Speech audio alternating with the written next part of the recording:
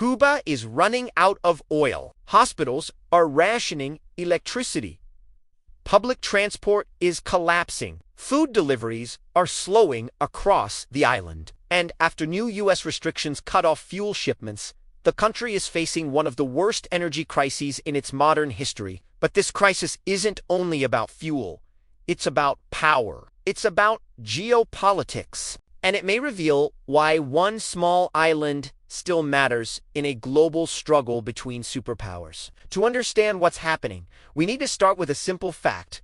Cuba does not produce enough oil to run its economy. For decades, it survived through foreign energy lifelines. First, the Soviet Union.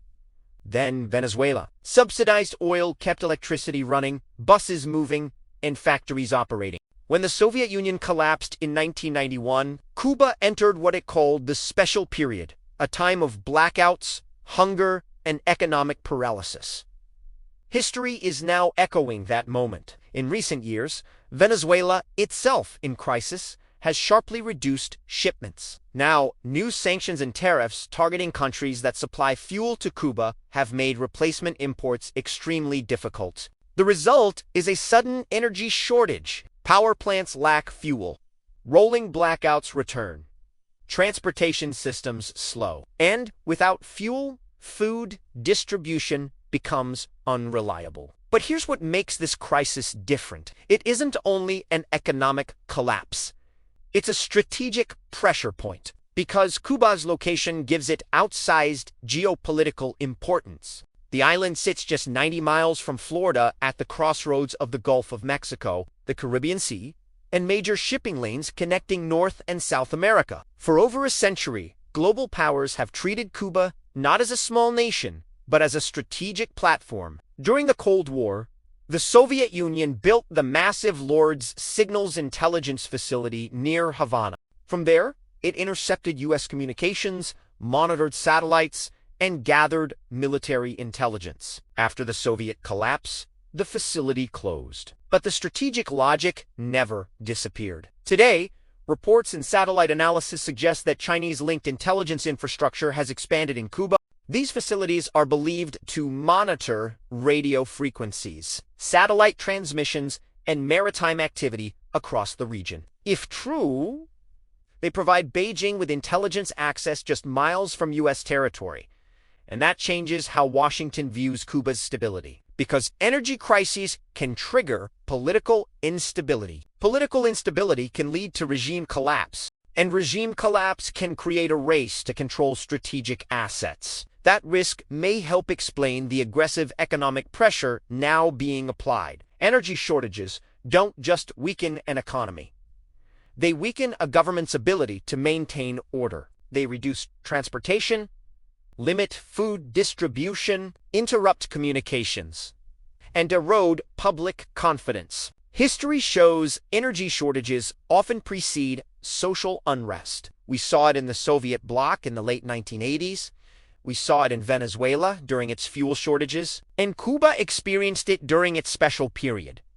But there is another layer to this crisis. Global energy markets are tightening, sanctions regimes are expanding, and geopolitical alliances are shifting. Countries must choose sides in a world increasingly shaped by economic pressure rather than direct military confrontation. Cuba, heavily sanctioned and economically isolated, has few options.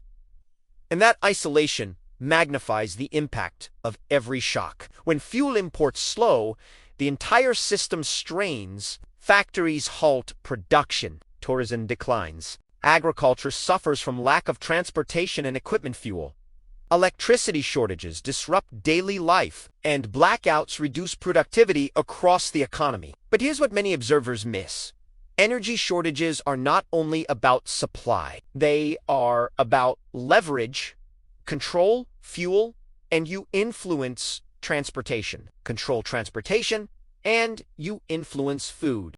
Control food distribution, and you influence social stability. That's why energy has always been a geopolitical weapon, from oil embargoes in the 1970s to pipeline disputes in Europe. Fuel supply can shape political outcomes without firing a single shot. Cuba's crisis now sits at that intersection. an energy shock, a fragile economy, strategic geography, and intensifying great power competition. So what happens next? Short term, Cubans face blackouts, shortages, and economic hardship. Medium term, the government must find alternative fuel sources, likely at higher cost and greater logistical difficulty. Long term, the island's strategic value ensures it will remain a focus of geopolitical interest. Because Cuba is more than an economy. It is a location, and location shapes history. This is not the first time energy shortages have reshaped the island, and it will not be the last. The real question is whether this crisis becomes another temporary hardship, or the beginning of a deeper transformation. Understanding what's happening in Cuba isn't just about one country. It reveals how energy, economics, and geopolitics intersect in a world where power is often exercised through pressure rather than force. Because when fuel stops flowing, the consequences ripple far beyond the pump. And sometimes, what looks like an energy crisis is really a struggle for influence. Financial history leaves clues. The question is, are you paying attention?